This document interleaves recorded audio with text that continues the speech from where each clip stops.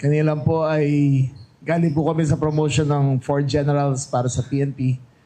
Ngayon po ay andito kami para isaad ng nangyari sa payment for promotion and acceptance scheme na nangyayari sa BFP. Nung ako'y pumasok bilang kalihim ng interior, ay pinalawanag ko sa inyo na isa to sa mga binubuwag kong struktura sa loob ng BFP. Ito po ay cancer sa loob ng BFP na matagal na nangyayari. Ito po ay pinag-uusapan na for the last 25 years na may sistemang ganon. Nung umpisa pa lang, sinabi ko sa inyo na may 15 billion peso a year industry ang BFP. Kasama dyan ang promotion, ang acceptance, ang promotion, ang fire extinguisher, ang sprinkler, at iba-iba pang mga racket sa loob ng BFP. The BFP became a criminal syndicate instead of a law enforcement and a first responder syndicate. Through the efforts of General Quan Chu, much reforms have been made.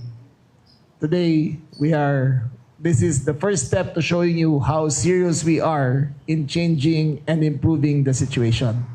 To explain to you the arrest and what has happened is CIDG Chief Morico.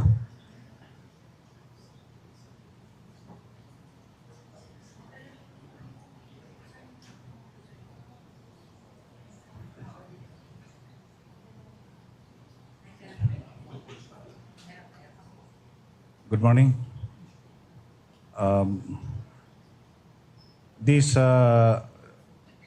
On August 24, 2026 at 7:15 p.m., an operation was conducted by CIDG Regional Field Unit 3 against Bureau of Fire personnel, female, for accepting bribe money in the amount of 300,000 pesos so that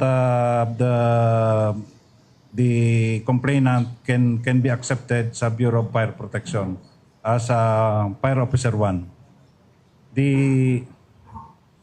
The suspect was identified as a certain Senior Fire Officer 1 Abigail Hermosura.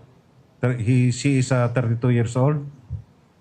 Right now, he is under custody by the CIDG, and a case was already referred to the prosecutor's office for on August 26, 2026, wherein robbery extortion in relation to Republic Act 10175 or the Cybercrime Prevention Act of 2012 was referred to the Office of the City Prosecutor of San Fernando City, Pampanga. Thank you, sir. Ang case status niya ay criminal case robbery and extortion, Republic Act 10175, filed before the City Prosecutor of San Fernando, Pampanga. Hindi lang po natapos to dito.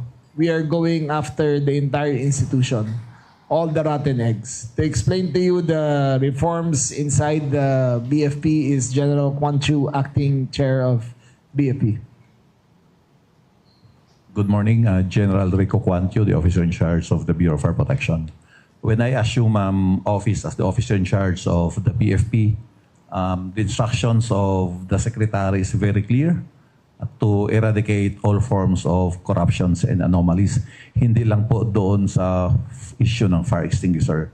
Kung natatandaan nyo po, nagtanggal tayo ng 902 fire safety inspectors to tell the men and women of the BFP that we are very serious on this move of cleansing the agency of anomalies and corruption. Tumuloy pa po tayo dito sa ating recruitment process. Alam nyo po, napakatagal na ang kwento ng anomalya pagpasok sa BFP, yung tinatawag po nilang slot for sale. Ginawa natin, nagkaroon tayo ng makinarya, mekanismo, kung paano na mabawasan or maalis talaga itong ganitong stigma sa aming ahensya. Yung recruitment po natin ay e-hiring online. System-generated po yung mga result. However, meron pa rin pong ganitong sistema dahil nga po pag nag-i-evolve ang proseso ng isang ahensya, yung mga gumagawa po ng anomalya ay nag-i-evolve din at gumagawa ng paraan. Just very unfortunate for the BFP who is trying its best na ma-reforma natin ang ating ahensya with instructions of the Secretary to institute organizational reform for the entire agency that includes recruitment and promotion. Lumabas po itong issue na to at ito po ay awakening sa aming lahat na may papupuntahan po tayo kung gagawa tayo ng anomalya. And also to the applicants of the BFP, inuulit ko po, walang bayad ang pagpasok sa aming ahensya. Libre po to, magsumikap kayo kung kayo ay karapat-dapat matanggap. Subalit kung pumasok kayo sa ganitong anomalya, may paglalagyan din po kayo. At ito po ay napakagandang pagkakataon. I commend the courage of that applicant by telling and reporting the matter to the BFP. Napakaganda po na i-report niya sa fire station, na i-report sa provincial fire office, nakarating po sa regional office at naisagawa po itong entrapment operation na hindi ho nasunog, hindi ho pumutok. Ibig pong sabihin, ito po ay seryosong ginagawa na ng aming ahensya na lahat po ng ganitong bagay ay dapat may kahahantungan. At ito nga po, na-aresto natin and she is now placed under the custody of sa CIDG at yung naman pong involved senior officer was relieved last August 26 and he was placed in Bihao in the national headquarters.